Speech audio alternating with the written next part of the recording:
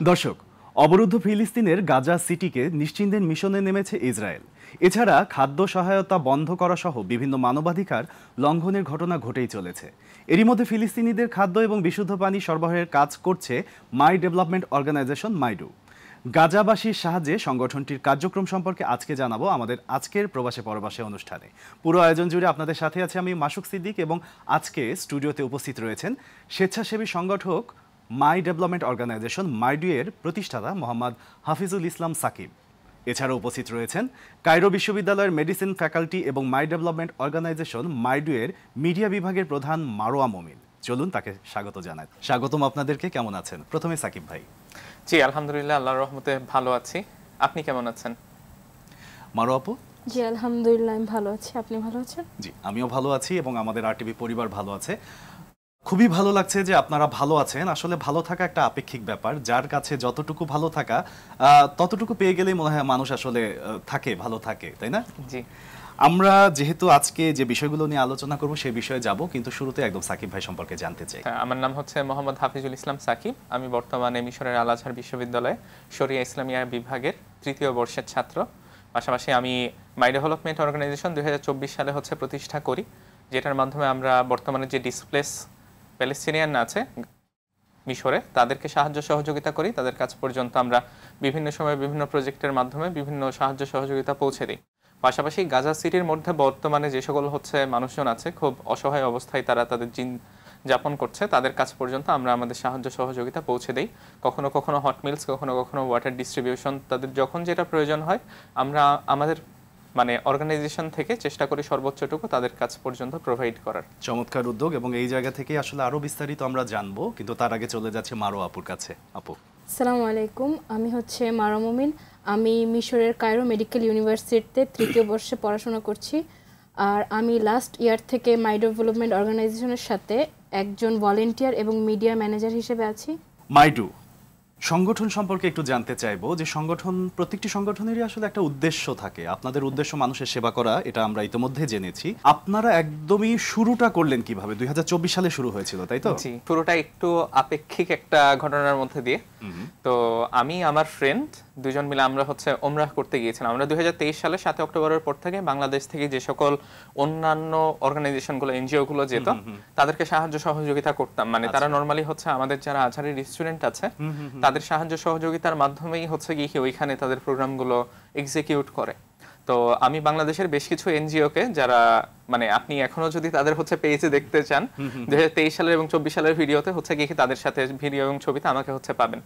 তো এই সকল অর্গানাইজেশনগুলোকে আমরা গিয়ে সাহায্য সহযোগিতা করতাম, এবং পরবর্তীতে সেখান থেকে আমরা চিন্তা করি যে আমরা যদি আরো ভালোভাবে সাহায্য সহযোগিতাগুলো পৌঁছাতে চাই, তাহলে আমাদের উচিত হবে আমাদের নিজেদের একটা অর্গানাইজেশন করা। বেসিক্যালি আমি ২০২৪ সালে ওমরা করতে যাই, এবং এই চিন্তাটা কাবা শরীফের সামনে আমার মাথার মধ্যে আসে। আমি আমার ফ্রেন্ড ছিলাম দুইজন।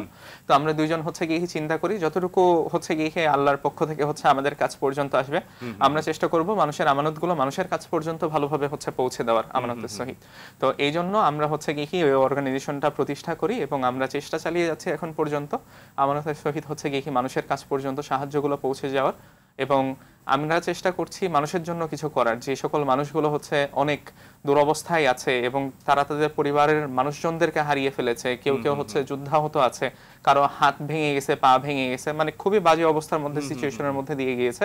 এই সকল মানুষজনদেরকে আমরা রিহ্যাবিলিটেশন তো করতে পারবো না, তো যতটুকু গিয়ে কি তাদের জন্য সাহায্য সহযোগিতা, আর্থিক অনুদান, তারপরে সময় সময় তাদের কাছে খাবার, ফুড বক্স ডিস্ট্রিবিউশন, এই ধরনের প্রজেক্টগুলোর মাধ্যমে আমরা চেষ্টা করছি। এবং আমরা কায়রোর বিভিন্ন মেডিকেলে যে আমরা চেষ্টা করছি অনেকগুলো রোগীর গিয়ে কি মেডিকেল এক্সপেন্সেস কভার করার, এবং কায়রোর ওইখানে অনেকগুলো হাসপাতালের সাথে আমাদের গিয়ে কি অর্গানাইজেশনের চুক্তি আছে, যে চুক্তির মাধ্যমে আমরা এখন পর্যন্ত অনেকগুলো যারা ডিসপ্লেসড প্যালেস্টিনিয়ান আছে, যারা মিশরে এসে আছে, অনেক যুদ্ধাহত, অনেক এমন দেখা যাচ্ছে কি যে প্রেগনেন্ট ওমেন আছে যাদের হচ্ছে বাচ্চা ডেলিভারি করার মতো হচ্ছে তাদের কাছে সামর্থ্য নেই, তো তারা আমাদের সাথে যোগাযোগ করে আমরা চেষ্টা করি হচ্ছে গিয়ে কি তাদের ডেলিভারি ফিটা হচ্ছে গিয়ে কি পুরোপুরি বেয়ার করা, এবং তাদের জন্য আমাদের একটা গিফট বক্স থাকে যেন নবাগত বাচ্চা এবং হচ্ছে তারা কখনো এই জিনিসটা ফিল না করতে পারে কি যে আজকে আমার কাছে একটা টাকার অভাবে এবং আমি হচ্ছে গিয়ে একটা ভালো পজিশনে ছিলাম, আজকে আমার এই দুরবস্থার কারণে আমার ওয়াইফকে বা আমার হচ্ছে গিয়ে কি একজন ওয়াইফ হিসেবে আমার ভালো ট্রিটমেন্ট হচ্ছে না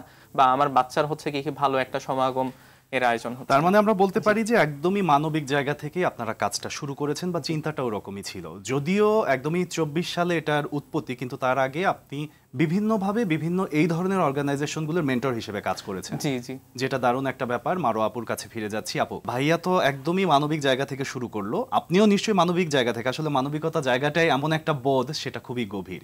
তো এই যে মানবিক জায়গা থেকে আরো অনেক কিছুই তো করতে পারতেন, দেশের বাইরে গিয়ে মানুষকে এভাবে সহযোগিতা করে, এটা তো একটা রিস্ক ফ্যাক্টর থাকে বেশ কিছু, বিশেষ করে নারীদের জন্য, যুদ্ধ যে দেশগুলোতে হচ্ছে সেই দেশগুলোতে। তো এত সাহসিক পদক্ষেপ কিভাবে নেওয়ার সাহসটা হলো? আসলে আমরা যারা ওখানে মেডিকেলে আছি, তো আমরা অনেক দিন ধরেই খুঁজছিলাম এরকম রিলায়েবল কোনো সোর্স যার মাধ্যমে আমরা এই প্যালেস্টিনিয়ানে যারা ক্ষতিগ্রস্ত হচ্ছে বা যারা মাইগ্রেট হয়ে ওখানে চলে আসছে তাদেরকে কিছু করা যায় কিনা। তারপরে আমি আমার এক ফ্রেন্ডের থ্রুতে জানতে পারলাম এই মাই ডেভেলপমেন্ট অর্গানাইজেশনের, যেখানে আমার ওনাদের কাজ এবং ওনাদের ট্রান্সপারেন্সি সব কিছুই ভালো লেগেছে। তারপর থেকে ওখানে আমি ভলেন্টিয়ার হিসেবে কাজ করার চেষ্টা করছি। সাকিব ভাই, আসলে যে কোনো মহৎ কাজ কিন্তু একা হয় না, অনেকগুলো হাত লাগে, অনেকগুলো সহযোগিতা সম্পন্ন মানসিকতার মানুষ লাগে। সমমনা মানুষগুলো যখন এক জায়গায় হয় তখন এই কাজগুলো আসলে আরো বেশি ত্বরান্বিত হয়। আপনার কাছ থেকে এই জায়গাতেই জানতে চাইবো যে যদিও খুব অল্প সময়, কিন্তু কতজন আসলে সংযুক্ত আছে আপনাদের সাথে? আলহামদুলিল্লাহ আমাদের সাথে বর্তমানে বাংলাদেশি প্রায় 35+ ভলেন্টিয়ার আমাদের আছে মিশরে জাস্ট, এবং আমাদের ইন্টারন্যাশনালি ইয়েমেন, পাশাপাশি হচ্ছে প্যালেস্টিনিয়ান, ইন্ডিয়ান, পাকিস্তানি এবং বিভিন্ন দেশের আরো মোটামুটি ইন্দোনেশিয়া, মালয়েশিয়া সহ মোটামুটি 12টা দেশের হচ্ছে ভলেন্টিয়ার আরো প্রায় 30+ আছে। আমরা সবাই হচ্ছে কি ইন্টারন্যাশনাল যে স্টুডেন্ট প্ল্যাটফর্মটা আছে সেই প্ল্যাটফর্মটাকে কাজে লাগিয়ে আমাদের অর্গানাইজেশনের হচ্ছে কি ভলেন্টিয়ার মোটামুটি রেইজ করেছি, এবং এই ভলেন্টিয়ারদের গ্রুপ থেকেও কিন্তু একটা হচ্ছে কি ভালো লেভেলের আমরা হচ্ছে কি কন্ট্রিবিউশন করার চেষ্টা করে যাচ্ছি। যেরকম আমাদের হচ্ছে গত মানে কুরবানির প্রজেক্টের সময় দেখা গেছে কি যে ভালো একটা কন্ট্রিবিউশন ভলেন্টিয়ার টিমদের থেকেই হচ্ছে গিয়ে উঠানো হয়েছিল, যেটার মাধ্যমে আমরা দেখা গেছে কি যে প্রায় এই কুরবানিতে 400 পরিবারের কাছ পর্যন্ত কুরবানির মাংস পৌঁছে দিতে সক্ষম হয়েছে। না, এটা হচ্ছে মিশরে। জি জি জি, আলহামদুলিল্লাহ। তো আমরা এর মাধ্যমে চেষ্টা করছি যে এই ধরনের সাহায্য সহযোগিতার হাতগুলো আরো হচ্ছে বাড়িয়ে দেওয়ার। আমাদের মূল প্রজেক্টটা হচ্ছে গাজা সিটির মধ্যে। গাজা সিটির মধ্যে আমরা হচ্ছে 3টা জায়গায় প্রোগ্রাম করে থাকি নরমালি। একটা হচ্ছে দাইর বালা এরিয়াতে, আর একটা হচ্ছে খান ইউনুসে, আর একটা হচ্ছে গিয়ে কি আপনার গাজা সিটি যেটা সেই সিটির শেখ রেদওয়ান এরিয়ায়। শেখ রেদওয়ান এরিয়াতে আমাদের সেন্ট্রাল কিচেন আছে, যে সেন্ট্রাল কিচেন থেকে প্রতি সপ্তাহে অন্ততপক্ষে 2টা ডিস্ট্রিবিউশন থেকে 3টা ডিস্ট্রিবিউশন সম্পন্ন হয়, যেখানে 100 থেকে 150 পরিবারের কাছ পর্যন্ত আমরা খাদ্য সহযোগিতা এরকম পৌঁছে দিতে পারি। পাশাপাশি আমরা হচ্ছে সময় সময় চেষ্টা করি হচ্ছে 5 থেকে 10,000 লিটার পরিমাণে পানি ডিস্ট্রিবিউশন করার, ওয়াটার ডিস্ট্রিবিউশন করার। কারণ আপনি জানেন যে গাজা সিটির ভিতরে যে সকল হচ্ছে গিয়ে ওয়াটারের যে রিসোর্সগুলো ছিল সেগুলো ইসরায়েলি হানাদার বাহিনী ইতিমধ্যে হচ্ছে গিয়ে বোম্বিং করে সম্পূর্ণ নষ্ট করে ফেলেছে। এখন এই ওয়াটারগুলো আসে কোত্থেকে? কিছু গাজা সিটির মধ্যে ডিপ আছে, ডিপ বসানো আছে, যে ডিপগুলোর মাধ্যম থেকে হচ্ছে গিয়ে পানি উত্তোলন করা হয়। সে পানিগুলো আমাদেরকে কিনে সে পানিগুলো আমরা হচ্ছে গিয়ে ট্রাকের মাধ্যমে এইড কনভয়ের মাধ্যমে হচ্ছে কি ডিস্ট্রিবিউশন করি গাজা সিটির মধ্যে। আপনি যে ডিস্ট্রিবিউশনের কথা বলছেন, এই ডিস্ট্রিবিউশনটা করার জন্য আসলে সেই জায়গাটাতে আপনাদেরকে যেতে হচ্ছে, কিন্তু আমরা যতদূর জেনেছি যে ফিলিস্তিনে ত্রাণ পৌঁছানো এটা খুব কঠিন হয়ে গেছে। মিশর সীমান্ত দিয়ে গাজায় পৌঁছানো একদমই যাচ্ছে না। কিভাবে আসলে আপনারা এই কঠিন কাজটা সহজ করে করছেন? প্রত্যেকদিন হচ্ছে 600 পরিমাণ লরির গাজা সিটির মধ্যে হচ্ছে দরকার হয়। সত্যি কথা বলতে সেই পরিমাণ লরি পর্যাপ্ত পরিমাণে ইসরায়েলি বাহিনীরা ঢুকতে দিচ্ছে না। ইসরায়েলি বাহিনীরা হচ্ছে বর্ডার ক্লোজিং করে রাখছে, তারা হচ্ছে গিয়ে কি তাদের মন মতো একটা যাচ্ছে তাই অবস্থা করে রেখেছে। কখনো কখনো 50টা লরি, কখনো কখনো বর্ডারে আপনি দেখবেন মিশরীয় যে রাফা সীমান্ত সেখানে প্রায় 4 থেকে 7,000 কনভয় এখনো স্টিল হচ্ছে স্ট্যান্ড বাই আছে জাস্ট গাজা সিটিতে ঢোকার জন্য, তারা ওয়েট করতেছে।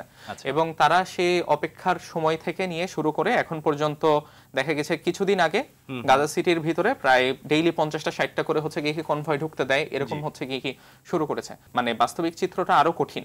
গাজা সিটির মধ্যে ঢোকার পরবর্তীতে ওদের মানে যে আয়ত্ত মধ্যে যে ক্যাম্পগুলো আছে সেই ক্যাম্পগুলোর মধ্যে ওরা হচ্ছে গিয়ে কি খাবারগুলো স্টোর করে। আচ্ছা। স্টোর করার পরবর্তীতে ওইখান থেকে ওরা ওদের ইচ্ছা মতো হচ্ছে কি ডিস্ট্রিবিউশন করে। ওইখান থেকে যে একটা প্রপার ডিস্ট্রিবিউশনের যে ব্যাপারটা, ইসরায়েলিরা হচ্ছে সে প্রপার ডিস্ট্রিবিউশন হতে দেয় না। ওরা অনেক পরিমাণ খাবার হচ্ছে সেখান থেকে ডিস্ট্রয় করে ফেলে।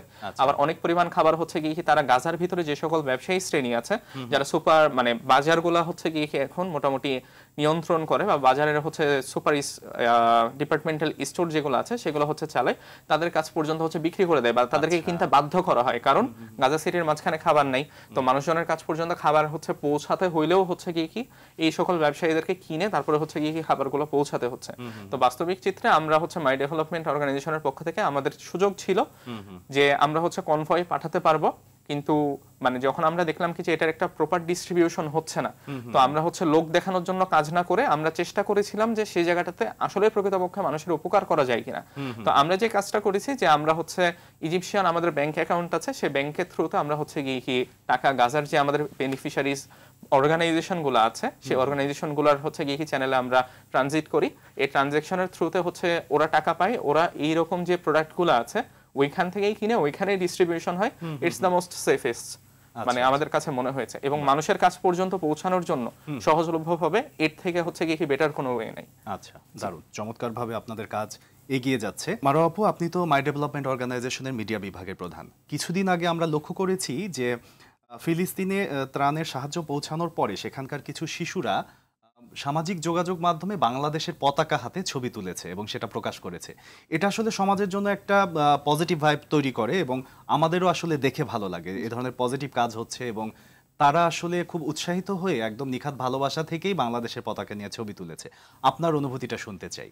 আলহামদুলিল্লাহ, অনুভূতি তো অবশ্যই ভালো। যেখানে আমরা প্রতিদিন সোশ্যাল মিডিয়াতে তাদের এরকম ভয়ানক ভয়ানক ছবি দেখা লাগে, যেখানে নিউবর্ন বেবিরা মারা যাচ্ছে বা কারো হাত চলে যাচ্ছে, কারো পা চলে যাচ্ছে, সেখানে যদি আমরা এতটুকু খুশি তাদেরকে দিতে পারি যে তারা আমাদের দেশের পতাকা নিয়ে ছবি তুলে একটা তাদের আনন্দ প্রকাশ করছে, তা তো অবশ্যই অনেক খুশির ব্যাপার। এটা আসলে আমি বলবো যে নিখাত একটা ভালোবাসা তাদের, তাই তো?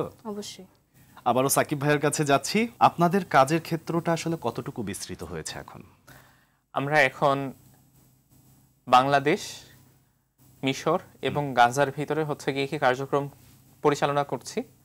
আমরা অতি শীঘ্রই হচ্ছে জর্ডানের থ্রু দিয়ে হচ্ছে আমরা কিছু মেডিসিন পুশিন করার হচ্ছে চিন্তা ভাবনা করছি, যেটা আমরা প্যালেস্টিনিয়ান হেলথ মিনিস্ট্রির সাথে, আপনি জেনে খুশি হবেন, ইতিমধ্যে আমাদের মিটিং হয়েছে লাস্ট উইকে।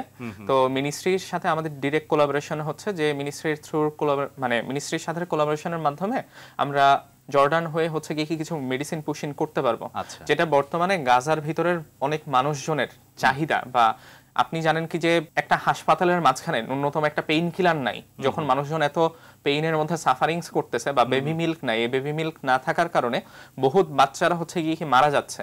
তো এই মোমেন্টে এখন আমাদের কাছে মনে হয় যে আমরা চেষ্টা করতেছি আমাদের বেস্টটা দেওয়ার জন্য তাদের কাছে, যদিও আমাদের মানে নিজেদেরও হচ্ছে গিয়ে ফান্ডের ব্যাপার আছে বা এরকম সংকীর্ণতা আছে। তো আমরা আমাদের পক্ষ থেকে বা আমাদের ডোনাররা যারা আছে তাদের সাহায্যের মাধ্যমে আমরা আলহামদুলিল্লাহ হচ্ছে গিয়ে চেষ্টা করব যে গাজার যে হাসপাতালগুলো আছে এখন, আমাদের নেক্সট টার্গেট হচ্ছে সেই হাসপাতালগুলোকে ফ্যাসিলিটেট করা, এবং গাজার মধ্যে বেশ কিছু হচ্ছে গিয়ে টেম্পোরারি এডুকেশনাল ইনস্টিটিউট হচ্ছে গিয়ে গড়ে তোলা। যে টেম্পোরারি এডুকেশনাল ইনস্টিটিউট যেগুলো হচ্ছে হইতে পারে মক্তবের মতো মডেলে হচ্ছে গিয়ে আমরা প্রিপেয়ার করব, যেখানে বাচ্চারা এসে হচ্ছে নর্মাল দিনী শিক্ষার পাশাপাশি অন্যান্য শিক্ষাগুলোও যেন তারা হচ্ছে গিয়ে গেইন করতে পারে। কারণ বর্তমানে গাজার মধ্যে 4টা জিনিসকে টার্গেট করে ইসরায়েলি হানাদার বাহিনীরা হচ্ছে হামলা চালায়। একটা হচ্ছে যদি কোনো ওয়াটার স্টেশন থাকে, যেটা আমি বললাম কি যে ডিপ বসানো আছে, সেই ডিপ থেকে তারা পানি উত্তোলন করে হচ্ছে গিয়ে সরবরাহ করতেছে, এই ওয়াটার স্টেশন একটা। দ্বিতীয়ত হচ্ছে যদি হাসপাতাল থাকে, আপনি জানেন গাজার ভিতরের সোহাদা আল আকসা থেকে নিয়ে শুরু করে শিফা হাসপাতাল থেকে নিয়ে শুরু করে মানে বিভিন্ন হাসপাতাল যেগুলো ছিল, সেই হাসপাতালগুলোতে হচ্ছে গিয়ে বোম্বিং করে ম্যাক্সিমাম হাসপাতালের বিল্ডিংগুলোকে কি করে দেওয়া হয়েছে, ধ্বংস করে দেওয়া হয়েছে। এবং থার্ডলি মানে মোস্ট মেজরের যে জায়গাটা, সেটা হচ্ছে গিয়ে মসজিদের স্থাপনা যখন দেখা হচ্ছে নামাজরত অবস্থায় কোনো মুসল্লি পেলেই হচ্ছে গিয়ে তাদের ড্রোন থেকে কি করা হচ্ছে, এবং মসজিদের স্থাপনাগুলোতে হচ্ছে বম্বিং করে তাদেরকে মেরে ফেলানো হচ্ছে। চতুর্থ যেটা, স্কুল এবং কলেজ যেগুলো ছিল, ইউনিভার্সিটি যেগুলো ছিল, সেগুলোতেও অলরেডি হচ্ছে গিয়ে পর্যাপ্ত পরিমাণে মানে এত বেশি বম্বিং করেছে কি যে সেই এরিয়াগুলো পুরো ধুলায় মানে ধুলা হয়ে গেছে, এরকম একটা অবস্থা। আমরা আসলে এই গল্পগুলোতে ফিরবো, কিন্তু তার আগে একটা বিরতি নিচ্ছি। দর্শক, নিয়ে নিচ্ছি ছোট একটি বিরতি, সাথেই থাকুন, ফিরছি একটু পরেই। দর্শক, ফিরে এলাম বিজ্ঞাপন বিরতির পর। ধন্যবাদ আমাদের সাথে থাকার জন্য। আবারও চলে যাচ্ছি আমাদের আজকের অতিথির কাছে। মারোয়া আপু, আপনার কাছে যাচ্ছি। ভাইয়া বলছিলেন যে অনেক দেশেই তো আসলে কার্যক্রম চলছে আপনাদের, বাংলাদেশে কি কি ধরনের কার্যক্রম চলছে? বাংলাদেশে এখন হচ্ছে আমরা বিভিন্ন ইউনিভার্সিটিতে সেমিনারগুলো করছি যাতে আমাদের আরও বাংলাদেশি ভলেন্টিয়ার সংযুক্ত হয় এবং তারা জানতে পারে গাজাতে এখন কি পরিমাণ ভয়াবহতা চলছে। তো আমরা চাচ্ছি যে ওখান থেকে আমাদের যে মুসলিম ইয়ুথটা আছে এখানে তারা যাতে আমাদের সাথে সংযুক্ত হয়ে গাজাতে হেল্পটা পৌঁছে দিতে পারে। আচ্ছা, বাংলাদেশে এই যে সংঘবদ্ধভাবে আপনারা কাজ করছেন, এই সংঘবদ্ধভাবে কাজ করার জন্য যে মানুষগুলো আপনাদেরকে সহযোগিতা করছে, দিন দিন আপনাদের কার্যক্রম যেহেতু বাড়ছে, মানুষ বাড়ানোর যে প্রবণতা, সেই জায়গাতে আসলে আপনাদের কৌশল বা স্ট্র্যাটেজি বা পদ্ধতি যেটাই বলি না কেন কি? আসলে এখানে আমার কাছে মনে হয় স্ট্র্যাটেজির চেয়েও মানুষ হচ্ছে এই ব্যাপারটা নিয়ে অনেক বেশি ইমোশনাল। তো আমরা যদি ঠিকমতো তাদেরকে জানাতে পারি যে আসলে ওখানে ভয়াবহতাটা কিরকম বা অ্যাজ এ মুসলিম উম্মা এটা আমাদের এখন ইমানি দায়িত্ব হয়ে গিয়েছে যে তাদেরকে হেল্প করানোর জন্য, ওখান থেকে আসলে যদি আমরা ঠিকমতো তাদেরকে বোঝাতে পারি, সবাই নিজ স্বেচ্ছায় দেখা যাচ্ছে যে আমাদেরকে জয়েন করছে। সাকিব ভাইয়া, মানসিক ব্যাপারটা আসলে যে কোনো মানুষের ক্ষেত্রেই বা যে কোনো দেশের ক্ষেত্রে, যে কোনো সমাজের ক্ষেত্রে অনেক গুরুত্বপূর্ণ একটি ব্যাপার। শারীরিকভাবে কোনোভাবে ক্ষতিগ্রস্ত হলে সেটা আসলে মেডিসিনের মাধ্যমে বা ডক্টরের মাধ্যমে সেরে তোলাটা খুব বেশি কঠিন নয়, কিন্তু মানসিক ক্ষতিগ্রস্ততার যে একটা ব্যাপার, সেটা কিন্তু বাংলাদেশে এখনো ওইভাবে চিন্তাই করা হয় না যে মানুষটা মানসিকভাবে সুস্থ আছে কিনা বা কতখানি হেলদি আছে। কিন্তু আপনারা ঠিক সেই জায়গা থেকেও চিন্তা করছেন। এই যে অভিনব এবং ইনোভেটিভ এই আইডিয়াটা আসলো কি থেকে? এটা নর্মালি হচ্ছে আমরা প্রাথমিকভাবে একটা রোগীর সাথে হচ্ছে দেখা হয়, তো তার লাইফের হিস্টোরিটা আমি বলি। তার বাচ্চা ছিল, একটা ছেলে বাচ্চা ছিল 1.5 বছর বয়সের। তো তারও খুব মানে হাসি খুশি জীবনযাপন ছিল, তার হাজব্যান্ড ওয়ার্ক ছিল, তাদের নিজস্ব ফ্ল্যাট ছিল গাজা সিটির মধ্যে। তো হঠাৎ একদিন হচ্ছে গিয়ে তাদের যে অ্যাপার্টমেন্ট, তার স্বামী হাজব্যান্ড তখন বাসায় ছিলেন না, তো বোম্বিং করা হয়। বোম্বিং করার সময় 1.5 বছরের যে বাচ্চাটা ছিল, বাচ্চাটা স্পট ডেথ মারা যায়। এবং যে মহিলাটা ছিল, প্রায় 12 ঘন্টা পরে হচ্ছে মহিলাটাকে আন্ডার রাবেলের নিচ থেকে হচ্ছে উদ্ধার করা হয়। এবং মহিলাটার হচ্ছে মাথার যে স্কাল, সেই স্কাল হচ্ছে ফেটে গেছিল। মানে খুবই ভয়াবহ একটা অবস্থা ছিল। গাজা সিটির মধ্যে হচ্ছে প্রাইমারিলি তাকে ট্রিটমেন্ট করানোর পরবর্তীতে যে সকল ধ্বংসাবশেষ হাসপাতালগুলো আছে, ওগুলোর মধ্যে যতটুকু পেরেছে সেখানকার ডাক্তাররা তারা চেষ্টা করেছিল সর্বোচ্চটুকু তাদের দিয়ে কোনো রকমে হচ্ছে মিশর পর্যন্ত পৌঁছানোর জন্য। এবং মিশরে একটা দীর্ঘদিন যাবত হচ্ছে তার ট্রিটমেন্ট চলার পরবর্তীতে সে মোটামুটি সুস্থ হয় আল্লাহর রহমতে। আচ্ছা। এবং এই সকল মানুষগুলা যারা আছে, এই মানুষগুলোকে আমরা হচ্ছে সাহায্য করলাম। পরবর্তীতে এই মহিলারই আরেকটা হচ্ছে গিয়ে কি বাচ্চা সে কনসিভ করে। আচ্ছা।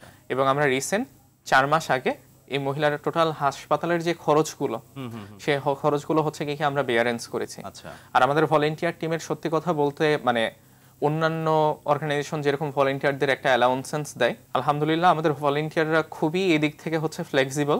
আচ্ছা। তাদেরকে কোনো রকম হচ্ছে পারিশ্রমিক বা ট্রান্সপোর্টেশন বা ওরকম কোনো কিছু দেওয়া লাগে না, বরং তারা হচ্ছে গিয়ে নিজেদের পকেট থেকে কন্ট্রিবিউশন করে হলেও এই জায়গাটাতে তাদের মন মানসিকতাটুকু ওইভাবে হচ্ছে গিয়ে তৈরি হয়ে গেছে, তারা সহানুভূতিটাকে ওইভাবে কানেক্ট করতে পেরে আমাদের সাথে এসে যুক্ত হয়েছে। কি যে এখানে আমরা যে কাজগুলো করতেছি সেটা সম্পূর্ণ আল্লাহর রাস্তায় করতেছে এবং আল্লাহর জন্যই করতেছে। এভাবেই আমরা চালিয়ে যাচ্ছি আমাদের অর্গানাইজেশন এবং এভাবেই আমরা হচ্ছে মানুষের পাশে দাঁড়াচ্ছি। চমৎকার, চমৎকার উদ্যোগ এবং চমৎকারভাবেই আসলে আপনারা এগিয়ে যাচ্ছেন। যদি ভবিষ্যতের কথা শুনতে চাই, কারণ প্রত্যেকটা কাজেরই কিন্তু একটা ভবিষ্যৎ থাকে এবং ভবিষ্যতের ফলাফলটা আসলে নির্ভর করে বর্তমানের উপর। আপনারা বর্তমানে ভালো কাজ করে যাচ্ছেন, ভবিষ্যতে নিজেদেরকে কোন জায়গাটায় দেখতে চান? বেসিক্যালি রাসূল সাল্লাল্লাহু আলাইহি ওয়াসাল্লামের একটা ব্যাপার ছিল যে উনি তার উম্মাহকে শিখাই দিয়ে গিয়েছিলেন যে তোমরা ব্যবসা করো এবং তোমরা হচ্ছে গিয়ে কি দিনের প্রচার করো। তো ভবিষ্যতে আমাদের অর্গানাইজেশন থেকে আমরা ইনশাল্লাহ হচ্ছে এই দিনের প্রচারের দিকে অবশ্যই গুরুত্ব দিব। পাশাপাশি যে দিনের প্রচার বলতে শুধুমাত্র যে ইসলামের দিকে মানুষকে আহ্বান করার ব্যাপারটা কিন্তু সেখানেই সীমাবদ্ধ না। একটা মানুষের পাশে যে দাঁড়ানো, একটা মানুষের মাথায়, একটা ইতিম বাচ্চার মাথায় হাত বোলাই দেওয়া, সেটাও কিন্তু হচ্ছে গিয়ে কি একটা দিনের অংশ।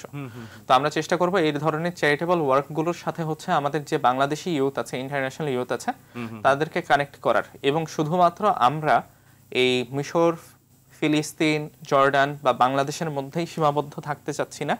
আমরা ইনশাল্লাহ আমাদের এই সাহায্যের যে হাতগুলা, সে হাতগুলা বর্তমানে আপনি জানেন কি যে সুদানের মধ্যে হচ্ছে গিয়ে একটা গৃহযুদ্ধ চলছে এবং সুদানেরও প্রায় 2 লাখের কাছাকাছি মানুষজন যারা হচ্ছে গিয়ে কি ডিসপ্লেসড অবস্থায় মিশরে এসে অবস্থান করছে। এবং বহু মানুষজন হচ্ছে সুদানিজ মুসলিম যারা আছে, বা সুদানিজ ইন জেনারেল পিপল যারা আছে, আসলে সাহায্যের কাজ তো ধর্ম দেখে হয় না, আমরা সবাইকে ইন জেনারেল সাহায্য করি। এখানে আমরা হচ্ছে কি ধর্মটাকে মানে ওইভাবে হচ্ছে প্রায়োরিটাইজ করতেছি না। একটা মানুষের সাহায্য দরকার, আসলে একটা বড় ধর্ম। হ্যাঁ, ধর্ম অবশ্যই হচ্ছে কি একটা বড় জায়গা, কিন্তু একটা মানুষের সাহায্য দরকার, তার তো আমি ধর্ম দেখে তাকে সাহায্য করতে যাচ্ছি না। তার নিডসটা আমি দেখতেছি, তার হচ্ছে প্রয়োজনটা আমি দেখতেছি, তার অবস্থাটা দেখে আমরা হচ্ছে সাহায্যের হাত পৌঁছে দেওয়ার চেষ্টা করছি।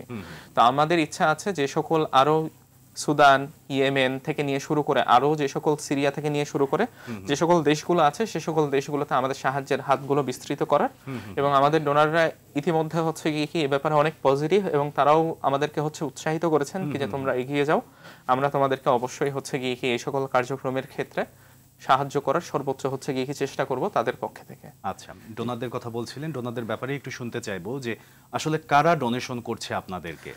এটা বর্তমানে হচ্ছে বাংলাদেশের যারা আমজনতা আছে, অনেকে বাইরের দেশে সেটেলড, এবং অনেকে হচ্ছে গিয়ে বাংলাদেশের আমজনতা, আমাদের আত্মীয় স্বজন, এরকম জায়গাগুলো থেকে আমরা হচ্ছে গিয়ে মূলত ডোনেশন গুলো পাই। তো এই ডোনেশন গুলোই আমরা হচ্ছে গিয়ে ইউটিলাইজ করে মানুষের কাছ পর্যন্ত সাহায্যগুলো পৌঁছে দিচ্ছি। আচ্ছা, এই যে ডোনেশন কালেকশনের ব্যাপারটা কিন্তু খুবই জটিল একটা ব্যাপার, মানুষের নির্ভরতা থাকতে হয় এই ক্ষেত্রে। জি, মানুষ আপনাদেরকে নির্ভর করছে কেন? আপনার কি মনে হয়? অবশ্যই নির্ভর করছে খুব নিশ্চিতভাবে, সেটা আমরা বলতেই পারছি, কারণ আপনারা খুব দারুণভাবে কাজ করে যাচ্ছেন আপনাদের, কিন্তু কেন করছে বলে আপনার জায়গা থেকে মনে হয়? বেসিক্যালি আসলে অন্যান্য অর্গানাইজেশনের মতো আমরা তো মানে কাজ করি না, আমাদের কাজ করার ধরনটা হচ্ছে একমাত্র আল্লাহর জন্য। এখানে আল্লাহ যতদিন চাইবে কাজ করবো, আল্লাহ যখন চাইবে না কাজ করব না, ব্যাপারটা এতটুকু পর্যন্ত। মানুষ যতদিন ডোনেশন দিচ্ছে ততদিন আমরা কাজ করে যাবো এরকম। তো আমাদের অর্গানাইজেশনের ডোনেশন প্রসেসিংটা আপনাকে হচ্ছে গিয়ে কি বুঝতে হবে। আমরা ডোনেশন প্রসেসিং করি হচ্ছে আমাদের অর্গানাইজেশনের রিসিপ্ট ইস্যু হয়, আমাদের হচ্ছে ফাইন্যান্সের অফিসাররা আছে এবং অর্গানাইজেশনাল হেডরা আছে। এখানে হচ্ছে ডোনেশন এক পয়সাও এদিক ওদিক হওয়ার কোনো সুযোগ নাই। আমাদের নিজস্ব ডাটাবেজ আছে, ডাটাবেজে হচ্ছে গিয়ে আমাদের প্রত্যেকটা ডোনেশনের একটা ইউনিক সিরিয়াল নাম্বার থাকে, যে ইউনিক সিরিয়াল নাম্বারের থ্রুতে আমরা হচ্ছে কে কত টাকা হচ্ছে ডোনেশন করছে এবং কতটুকু হচ্ছে গিয়ে আমরা ডোনেশন পৌঁছে দিতে পারছি, সবকিছু হচ্ছে সেখানে স্টোরড করা থাকে। তো আমরা ওইখানে দেখা যাচ্ছে কি যে বিভিন্ন আমাদের কোলাবোরেটিভ অর্গানাইজেশন আছে, এবং আমাদের কোলাবোরেটিভ ধরে নেন কি যে বিভিন্ন মানুষজন যারা ভালো লেভেলের ফান্ডিং দেয়, যারা দেখা যাচ্ছে মিনিমাম 5 লাখ 7 লাখ এরকম করে হচ্ছে কি আমাদেরকে ফান্ডিং দিচ্ছে, দিয়ে তারাও বলতেছে ভাই আপনি হচ্ছে কি কাজ করেন, আপনার সাথে আমার হচ্ছে কি একটা রিকোয়ারমেন্ট হচ্ছে, আপনার ব্যানারের সাথে গাজা সিটির মধ্যে আমারও একটা ছোট্ট করে ব্যানার অ্যাড করে দিবেন, অথবা ছোট্ট করে আমার হচ্ছে কি নাম অ্যাড করে দিবেন। তো আমরা তখন হচ্ছে কি এই কাজগুলো করি। তো আমরা একটা প্রজেক্ট এক্সিকিউট হওয়ার পরবর্তীতে ডোনারের কাছ পর্যন্ত ভিডিওগুলো পৌঁছে দেই যে তোমার ডোনেশনের টাকাটা এইখানে এই খাতে হচ্ছে গিয়ে ব্যয় হয়েছে।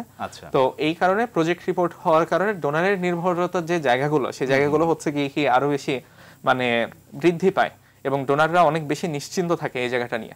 আর বেসিক্যালি আমরা দেখা যাচ্ছে যে মানে বাংলাদেশের যে সকল মানুষজন আছে তারা নরমালি হচ্ছে নির্ভরতার জায়গা হিসেবে আমাদেরকে বেছে নিয়ে আমাদের কাছে ডোনেশনটুকু হচ্ছে পাঠাচ্ছে। মানুষ আসলে জীবনের লক্ষ্য স্থির করে একটা সময় এসে, বেশ খানিকটা সময় পরে, কারণ মানুষের ইচ্ছাগুলো না যে প্রতিনিয়তই কেমন যেন বদলে যায়, যে আমি 9-10-এ পড়তে একরকম চিন্তা করছি যে আমার জীবনের লক্ষ্য এরকম, আমি হয়তো বা গ্র্যাজুয়েশনে যখন পড়ছি তখন একরকম হয়ে যাচ্ছে, আবার আমরা যখন আমাদের প্রফেশনাল লাইফে আসি তখন দেখা যাচ্ছে যে আর এক রকম হয়ে যাচ্ছে, যেটার সাথে সেই 9-10 বা গ্র্যাজুয়েশন লেভেলে চিন্তার কোনো মিলই থাকে না।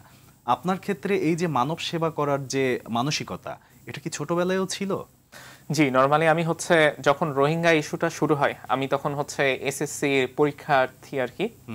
তো নরমালি আমি তখন থেকে আমার ফ্রেন্ডদেরকে বলতাম যে চলো চট্টগ্রামে যাই, কক্সবাজারে যাই, যে হচ্ছে গিয়ে কি রোহিঙ্গারা ওইখানে আসছে, ওদেরকে আমাদের ক্লাস থেকে বা আমাদের হচ্ছে বন্ধু বান্ধব আত্মীয় স্বজনের মাঝখান থেকে কোনো ধরনের টাকা পয়সা উত্তোলন করে হচ্ছে যতটুকু সম্ভব আমাদের পক্ষ থেকে সাহায্য করার ততটুকু আমরা হচ্ছে সাহায্য করে আসি।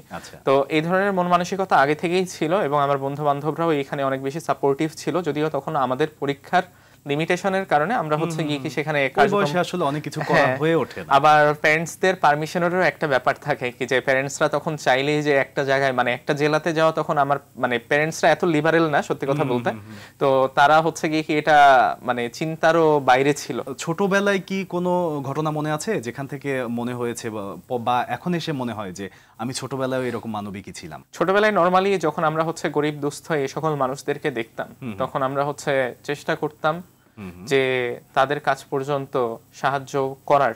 আসলে নিজের তো তখন হচ্ছে গিয়ে কি ছিল না, বাবার সাথে যখন মসজিদে যেতাম, বাবা হচ্ছে নিজে টাকা না দিয়ে একটা যে প্যারেন্টসিং যে এটাও কিন্তু এডুকেশন, প্যারেন্টসিং এডুকেশনের মাধ্যমে বাবা আমার হাত দিয়ে বলতো যে তুমি এই টাকাটা হচ্ছে গিয়ে দাও এই মানুষটাকে, বা এই ফকিরটাকে হচ্ছে গিয়ে দাও, বা আমার হাতে টাকাটা ধরাই দিত ওনাকে দেওয়ার জন্য। তো এইভাবেই হচ্ছে গিয়ে আস্তে আস্তে বেড়ে ওঠা, আস্তে আস্তে ধাপগুলো এগিয়ে চলা, কি যে মানুষের জন্যও কিছু করতে হবে।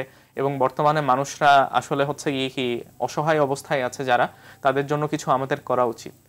আর বেসিক্যালি ইসলামিক যে প্র্যাকটিসিং এর জায়গা বা শিক্ষার জায়গাটা, সেই শিক্ষার জায়গাটা থেকে আমরা যে জিনিসটা শিখতে পারি, ইতিপূর্বে আমি বললাম যে ব্যবসা করা এবং হচ্ছে গিয়ে কি দিনের খেদমত করা, এই জিনিসটা হচ্ছে আমাদের ইসলাম সমর্থিত করেছে এবং রাসূল সাল্লাল্লাহু আলাইহি ওয়াসাল্লাম শিখিয়ে গিয়েছেন। আমরা মারো আপুর কাছে চলে যাই। মারো আপু, ভাইয়ার কাছে তো ছোটবেলার গল্প শুনলাম, আপনার কাছে জানতে চাইবো যে আশপাশে বর্তমান সময়ে যা দেখছেন বা আপনার পরিবারেই যদি আপনার পরবর্তী জেনারেশনগুলোকে আপনি দেখেন, ইসলামিক জীবন বিধান বা এই যে ভাইয়া মানবিক কাজ করছে, আপনি মানবিক কাজ করছেন, এই ধরনের মানবিক কাজ করার জন্য ছোটবেলা থেকে আসলে কি ধরনের শিক্ষাটা জরুরি? আমাদের মন মানসিকতাটা তৈরি হয়েছে ছোটবেলা থেকে আমাদের বাবা মাকে দেখে, যে তুমি তোমারটা দিলে তোমার কখনো কমবে না, তোমার আরো বাড়বে এবং 70 গুণ ফেরত পাওয়া যাবে। 70 গুণ ফেরত পাওয়া যাবে। বা আমাদের বাসায় যে আমাদের হেল্পিং হ্যান্ড বলেন বা আমাদের নিচে যে আমাদের সিকিউরিটির খেয়াল রাখে, তাদেরকে তারা কিভাবে ট্রিট করছে, আমরা ছোটবেলা থেকে ওটা দেখেই বড় হয়েছি।